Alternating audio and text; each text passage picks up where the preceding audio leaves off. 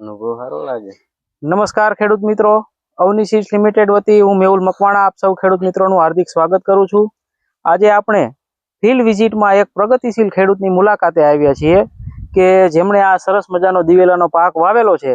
તો આ જે પાક એમને વાવેલો છે તો એ પાક વિશેના એમના જે અનુભવો જે છે આપણે ખેડૂત પાસેથી મેળવીશું.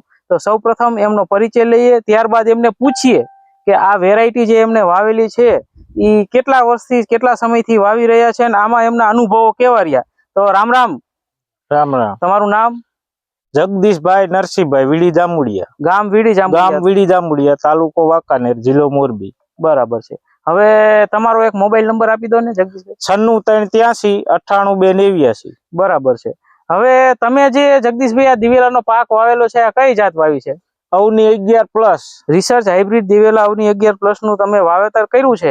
તો તમને આ જાત કેવી લાગી? જાત બહુ સારી છે. આપણે 11 વર્ષથી વાવી છે. છેલ્લા 11 વર્ષથી આ જ વેરાયટી વાવી છે, અવની 11+. છેલ્લા 11 વર્ષથી વાવવાનું કારણ શું? આમાં આપણને માલ સારો થાય છે, ડાયડું સારી થાય, ઉતારામાં સારું રહેશે. આ આપણે જાત વાવેલી છે અંદાજિત તમે ક્યારે વાવી છે આ વર્ષે? આ વર્ષે અષાઢ મહિનામાં સમથિંગ જૂન મહિના સમથિંગ વાવેલી છે, જૂન જુલાઈમાં. બરાબર છે.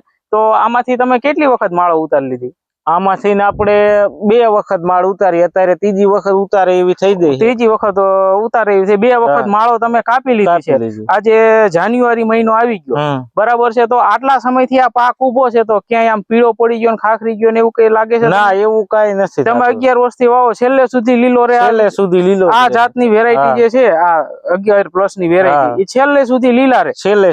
પછી માળો બધી ભરાવદાર આવે. જ આવે બધી. 11 વર્ષથી વાવો હો, 11 વર્ષથી તમને ક્યાંય હુકારાનો કે એવો કઈ પ્રોબ્લેમ જોવા મળ્યો? આપણે હુકારો આવ્યો નથી એમાં. તો આ જાતમાં હુકારો બિલકુલ આવતો જ નથી.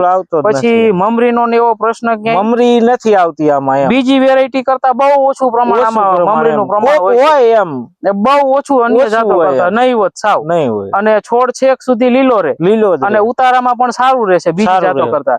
તો બીજા બધા ખેડૂતો ખેતી કરતા હોય તો આ જાતની ભલામણ કરી શકાય આપણે? હા, કરી શકાય ને એમ કે આ બિયારણ વાવો, આમાં સારું રહેશે, એમ ઉત્પાદન સારું રહેશે, ડાયરુમાં સારું રહેશે, મણિકા પૂરતા નીકળે, બીજા કરતા વજન ભી સારો પૂરે એમ, ભરતી આવે એમ, ભરતી બીજી જાતો કરતા સારી આવે. તો મિત્રો, જેમ આપણે ખેડૂત મિત્રો પાસેથી એમના અનુભવો મેળવા, એવી રીતે અવની સીડ્સ લિમિટેડ વતી હું મેહુલ મકવાણા સર્વે ખેડૂત મિત્રોને ભલામણ કરું છું, તમે પણ રિસર્ચ હાઇબ્રિડ દિવેલા અવની 11+ નું વાવેતર કરો અને ઉત્પાદનમાં ડંકો વગાડો. આભાર.